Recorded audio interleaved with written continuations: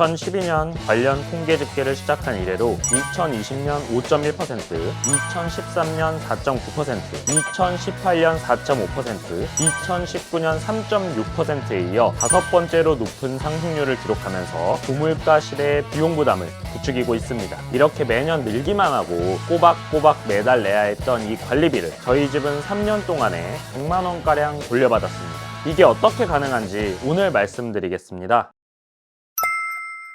안녕하세요. 걱정마음빠 둘째 아들입니다. 오늘은 아파트나 오피스텔 사시는 분들을 위한 꿀팁 가져왔는데요. 아파트나 오피스텔을 고르실 때 여러 가지 사항들을 고려해야 합니다. 그 중에 하나는 바로 관리비가 있는데요. 저도 부동산의 관리비에 대해 물어보고 관리비를 듣고 나면 깜짝 놀란 적이 한두 번이 아닙니다. 전기, 가스, 수도 비용이야 내가 낸다고 쳐도 그 외에 항목들이 많기도 많고 돈도 많이 드는데요. 오늘은 내야 되지만 왠지 내기 아까운 관리비, 이 관리비를 수십에서 수백만 원 정도 절감할 수 있는 방법에 대해서 소개해드리고자 합니다. 관리비를 절감할 수 있는 여러 가지 방법들에 대해서 소개해드릴 테니까 놓치지 마시고 꼭 알아가세요. 지금 시작합니다.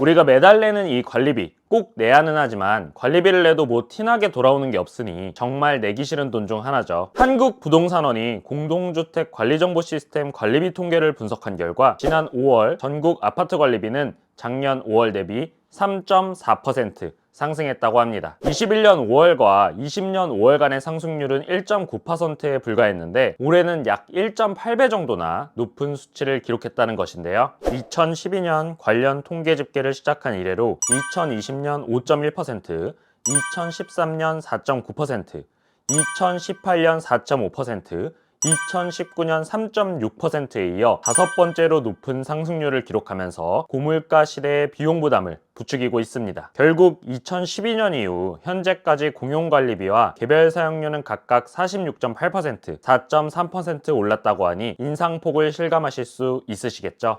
이렇게 매년 늘기만 하고 꼬박꼬박 매달 내야 했던 이 관리비를 저희 집은 3년 동안에 100만 원가량 돌려받았습니다. 또 어떤 분들은 심지어 수백만 원까지 돌려받았다고 합니다. 이게 어떻게 가능한지 오늘 말씀드리겠습니다. 그 방법은 바로 아파트 오피스텔 장기수선 충당금 환급을 받는 방법입니다. 이 장기수선 충당금을 관리비 내역에서 보셨던 분들도 아마 많이 계실 거예요. 그런데 이 장기수선 충당금을 돌려받을 수 있다는 사실까지 아셨던 분들은 아마 많지 않으실 겁니다. 이걸 왜 꼭 돌려받아야 하냐면요. 2012년 대비해서 올해 장기수선 충당금 월 부과액이 2배 이상 상승했기 때문입니다. 정말 무시 못할 숫자로 상승을 하고 있는 비용 증가의 주범이라는 것입니다. 장기수선 충당금이란 장기 수선 계획에 따라 아파트 주요시설의 교체 및 보수에 필요한 비용을 뜻하는 관리비입니다. 이러한 장기 수선 충당금은 공동주택관리법이라는 법으로 제정되어 있는 관리비인데요. 아파트가 낡다 보면 주차선 페인트 칠도 해야 되고 때로는 외벽 페인트 칠도 해야 되고 심지어는 승강기도 신식으로 바꿔야 하는 경우가 있습니다. 이때 큰 돈이 들어가기 때문에 미래에 들 비용을 예상해서 미리 쌓아놓는 공용관리비라고 생각해 주시면 됩니다.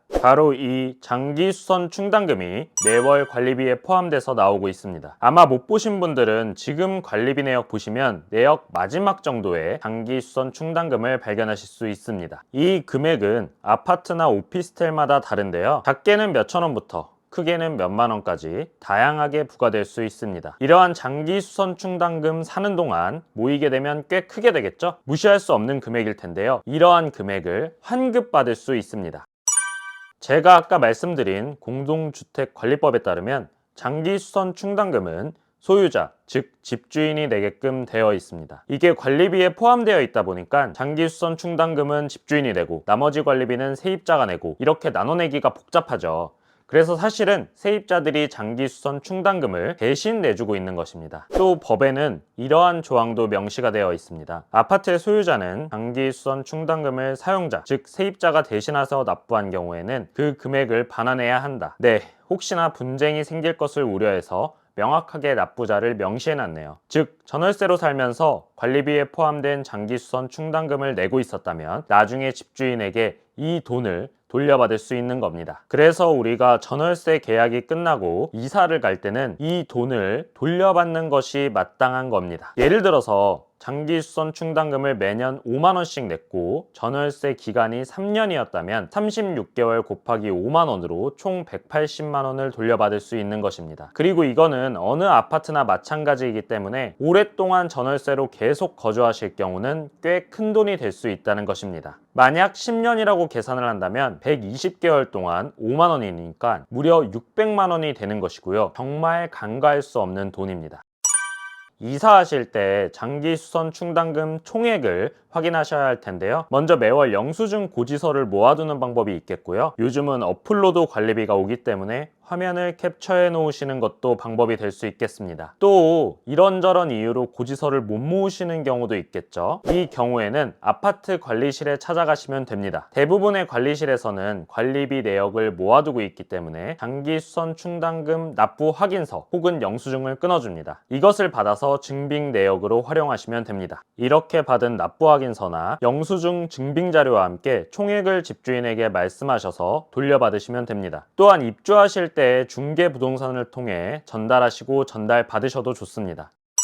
보통 이런 내용들을 알고 계시는 분들이 있지만 막상 이사를 하려면 챙겨야 할 것이 한두 개가 아니어서 잊어버리는 경우도 많습니다. 이 영상을 보시고 다시 한번 기억하셔서 꼭 이사 갈 때 당연히 받아야 하는 돈 챙겨가시기 바랍니다. 제가 영상을 만들다 보니 이런 장기수선 충당금을 실제로 얼마나 환급받으셨는지 궁금하더라고요. 그래서 영상 보시는 시청자분들의 의견을 들어보고 싶은데요. 댓글로 장기수선 충당금을 환급받으신 적이 있는지, 어떻게 요청을 하셨는지 귀중한 경험을 다른 분들께도 댓글로 공유해 주시면 감사하겠습니다. 그리고 이와 비슷한 관리비 항목으로는 수선 유지비가 있는데요. 둘 다 수선이 들어가지만 장기수선 충당금과 달리 수선 유지비는 실거주자 납부가 원칙이기 때문에 해당 항목은 환급이 불가능합니다. 장기수선 충당금인 점 꼭 기억해 주세요.